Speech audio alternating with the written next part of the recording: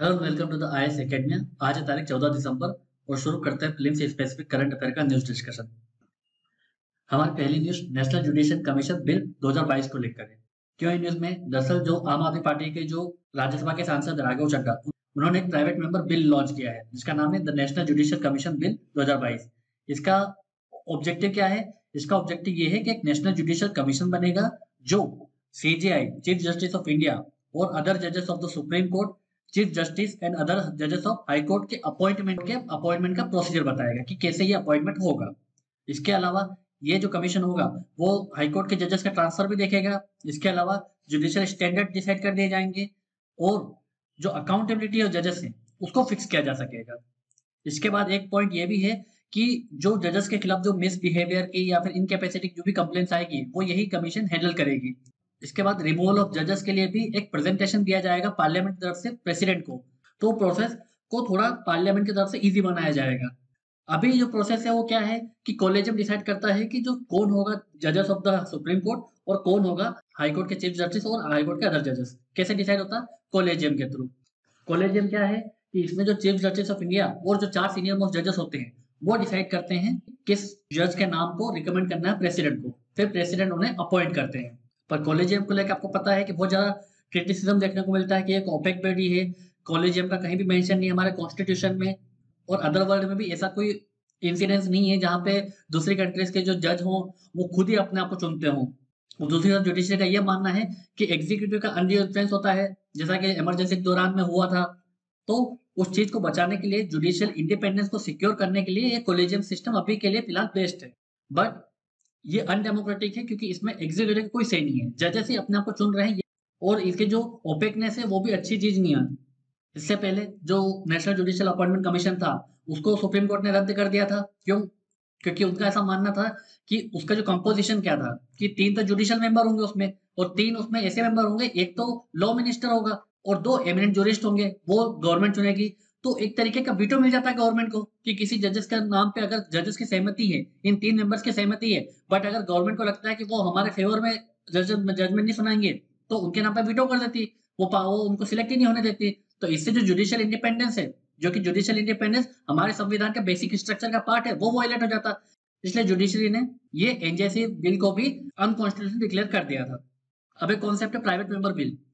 क्या होता है प्राइवेट मेंबर बिल? जब कोई भी लेजिस्लेटर का मेंबर कोई बिल इंट्रोड्यूस करता है जो कि मिनिस्टर ना हो। अगर मिनिस्टर कोई बिल इंट्रोड्यूस करता है पार्लियामेंट में तो उसे गवर्नमेंट बिल बोलते हैं।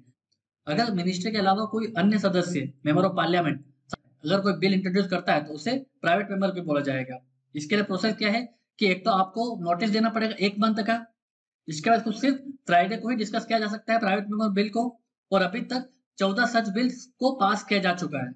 और इसके बाद एक प्राइवेट बिल को इंट्रोड्यूस करना या ना करना ये स्पीकर ऑफ द लोकसभा और chairperson of the Rajya Sabha he decide करते हैं। तो ये प्राइवेट मेंबर बिल के बारे में है, यूपीएससी पूछ सकती है तो हमें पता होना चाहिए। अब चलते हैं आगे। हमारी अगली हकुतो आर मिशन को लेकर है। अब सबसे पहले हमें ये जानना है कि हकुतो आर मिशन किसका है। ये जापान का है, बट ये जापान गवर्नमेंट का नहीं, ये जापान की प्राइवेट कंपनी आई स्पेस का ये मिशन होगा।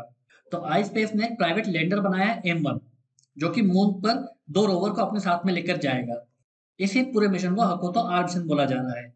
और इसे लॉन्च किसने किया है? स्पेस एक्स की फाल्कन 9 रॉकेट की, जो कि एलन मस्क की कंपनी, मतलब प्राइवेट। तो मतलब प्राइवेट रोवर होगा, प्राइवेट रॉकेट से इसे लॉन्च किया गया है और प्राइवेट कंपनी ने इस पूरे स्पेसक्राफ्ट को डिजाइन किया है। तो इसीलिए ये पहला प्राइवेट मिशन होगा जो कि मून पर लैंड करेगा। अभी तक मून पर जितने मिशन हुए हैं वो गवर्नमेंट के हुए हैं। कौन कौन मून पर लैंड हो चुका है? अभी यूएसए लैंड हो चुका है, रशिया लैंड हो चुका है और चीन लैंड हो चुका है। अगर इंडिया की बात करें तो इंडिया ने भी ट्राई किया था चंद्रयान 2 के जरिए, बट हुआ क्या कि हमने मून के ऑर्बिट पे तो हमारा सैटेलाइट छोड़ दिया, पर प्रॉब्लम हुई कि जब लैंड करने की बारी आई तो हमारा जो विक्रम लैंडर था वो फेल हो गया। अब जानना यह है कि इसका नाम हकुतो क्यों रखा गया है। हकुतो का मतलब होता है जापानीज में व्हाइट रेबिट, मतलब सफेद खरगोश। जापानीज के फोक में ऐसा माना जाता है कि जो हकुतो है वो मून पे रहता है। और ये जो M1 लैंडर है ये अपने साथ में 2 रोबोटिक रोवर लेके गया है, एक जिसको जापान ने बनाया है और एक जो यूनाइटेड अरब एमिरेट्स का है जिसका नाम राशिद है। तो राशिद जो है वो यूएई का पहला मून रोवर है और यहाँ तक कि पूरे अरब वर्ल्ड का ये पहला लूनर मिशन है। तो इसलिए ये फैक्ट भी आपसे पूछा जा सकता है। अब जो M1 लैंडर होगा वो लैंड कहाँ पे करेगा? ये लैंड करेगा एटलस क्रेटर में, जो कि मून के सदर्न ईस्टर्न एज में है, जिसे मून मेयर फ्रिगोरिस कहा जाता है या फिर सी ऑफ कोल्ड।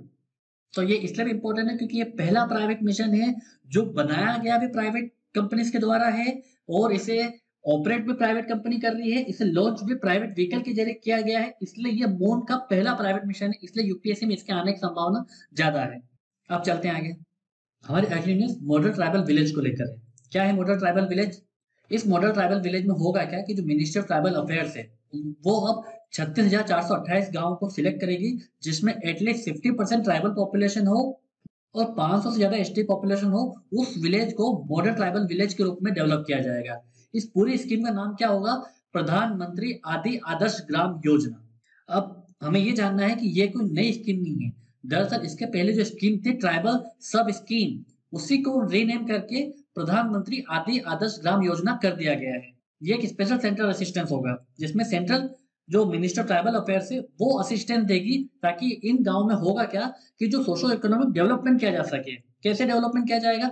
जो हेल्थ के इंस्टीट्यूशंस हैं, जो एजुकेशन के इंस्टीट्यूशंस हैं, उनको डेवलप किया जाएगा, और जो रूरल इंफ्रास्ट्रक्चर उसको डेवलप किया जाएगा, और जो एग्रीकल्चर में जो असिस्टेंस देना होगा वो दिया जाएगा, ताकि जो इंक्लूसिव डेवलपमेंट है वो रियलाइज कर सके।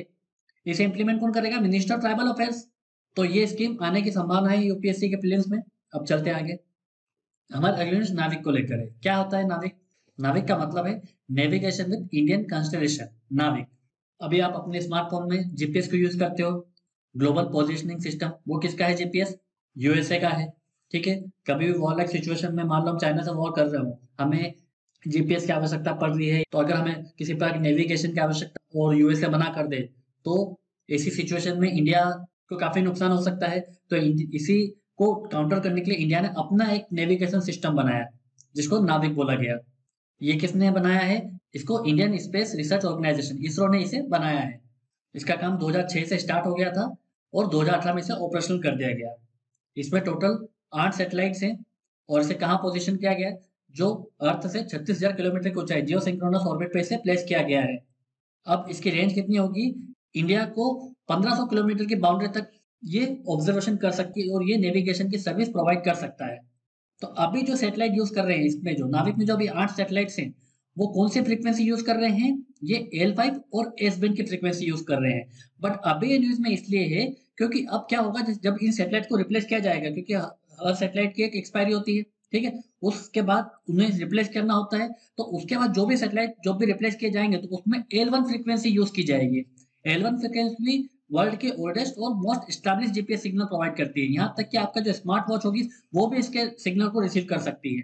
इसीलिए इसके यूज को और ज्यादा स्प्रेड करने के लिए, क्योंकि 2018 में ऑपरेशनल तो हो गया बट अभी भी इसका यूज बहुत लिमिटेड है नाविक का, तो इसके यूज को और वाइड स्प्रेड बनाने के लिए गवर्नमेंट ने यह डिसीजन लिया है कि अब इसमें जो भी नए सैटेलाइट ऐड किए जाएंगे नाविक में, उसमें L1 फ्रीक्वेंसी यूज की जाएगी, ताकि इसके यूज को और ज्यादा वाइड स्प्रेड किया जा सके और ज्यादा इसके यूज को प्रमोट किया जा सके। यहाँ तक कि गवर्नमेंट ने स्मार्टफोन कंपनी को भी बोल दिया है कि जनवरी 2023 तक आप ये इंश्योर करो कि हर स्मार्टफोन में नाविक नेविगेशन सिस्टम अवेलेबल हो। तो इस पे यूपीएससी क्वेश्चन पूछ सकती है। अब चलते हैं आगे। हमारी अगली न्यूज कोची मुल्जिरिस बायनेल को लेकर है। अब हमें ये जानना है कि आखिर ये कोची मुल्जिरिस बायनेल है क्या। दरअसल जो ये कोची मुल्जिरिस बायनेल है, ये एक आर्ट एग्जीबिशन है जो 12 तारीख से स्टार्ट हो चुका है। इसमें जो 90 दुनिया भर के जो 90 आर्टिस्ट होंगे वो अपनी कला का प्रदर्शन करेंगे, और इसका ये 5th एडिशन है। जनरली ये हर 2 साल में होता है, और ये 2012 से स्टार्ट हुआ था भारत में। जो एग्जीबिशन होते हैं वर्ल्ड वाइड होते हैं, तो इंडिया में ये कोची मुल्जिरिस बायनेल होता है, जो कि कोची बायनेल फाउंडेशन है, जो कि नॉन प्रॉफिट ऑर्गेनाइजेशन है, वो कंडक्ट कराती है। और सपोर्ट कौन करता है इसको? Government of Kerala. तो ये एशिया का सबसे बड़ा कंटेम्प्रेरी आर्ट फेस्टिवल है। यहाँ पे आप फिल्म हो गया, म्यूजिक हो गया, पेंटिंग हो गया, आपके परफॉर्मिंग आर्ट हो गए, आप एग्जिबिट करोगे। और ये हर 2 साल में होता है। 2 साल से पोस्टपोन हो रहा है, बाकी ये हर 2 साल में इसको होना होता है। और ये नॉन कमर्शियल एंटरप्राइज होता है, मतलब यहाँ पे एग्जीबिशन ज्यादा होती है ताकि आप अपने आर्ट को प्रमोट कर सके। इसके अलावा जो बाइनर्स होते हैं उनके नाम क्या है कि सिटी के नाम रखा जाता है, जैसे कोच्चि नाम रखा गया है, ताकि वहाँ की जो लोकल प्राइड है, लोकल कल्चर है, टूरिज्म है, उसे बढ़ावा मिल सके। तो ये आर्ट एंड कल्चर में यूपीएससी इसको पूछ सकती है, क्योंकि ये एशिया का सबसे बड़ा आर्ट एग्जीबिटर है इंडिया में, कोची मुल्जिरिस बायनेल। तो इसके बारे में हमें पता होना चाहिए। अब चलते हैं आगे। अब एक प्रीवियस ईयर क्वेश्चन देख लेते हैं।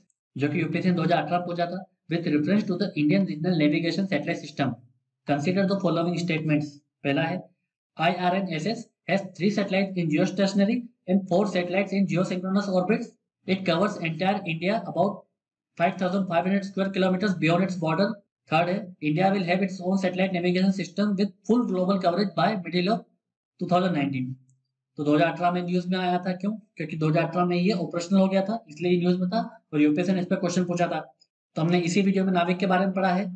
तो पहला स्टेटमेंट क्या है कि इसमें 3 सैटेलाइट है जो कि जियो स्टेशनरी में है और 4 जियो सैटेलाइट्स में है। तो उस समय ये सही था, उस वक्त 7 सैटेलाइट थे जिसमें से 3 जियो स्टेशनरी में थी और 4 जियो सिंक्रोनस ऑर्बिट में थी। बट अभी ये 8 सैटेलाइट है इसके पास और ये कवर कितना करता है? इंडिया के बाउंड्री के 1500 किलोमीटर तक। तो ये ऑटोमेटिकली गलत हो गया क्योंकि 1500 स्क्वायर किलोमीटर तक की इसकी रेंज है। थर्ड है, India will have its own satellite navigation system with full global coverage by middle of 2019। तो ग्लोबल कवरेज नहीं है इसका, ये सिर्फ इंडिया के लिए बनाया गया है और ये 1500 स्क्वायर किलोमीटर की बाउंड्री को ही कवरेज करता है। तो ग्लोबल कवरेज जैसा कोई अभी अपडेट है नहीं इसमें। तो अगर ये 2018 में क्वेश्चन था तो उसमें फर्स्ट सही था, पहला सही था, बट अभी ये क्वेश्चन देखेंगे तो नन है इसका आंसर, क्योंकि अभी इसके पास 8 सैटेलाइट है। इस वीडियो के पीडीएफ को डाउनलोड करने के लिए हमारे टेलीग्राम चैनल को ज्वाइन कर सकते हो। ऐसे ही और करंट अफेयर वीडियोस के लिए हमारे यूट्यूब चैनल को सब्सक्राइब कर सकते हो। आज के वीडियो सिर्फ इतना ही। Thank you very much.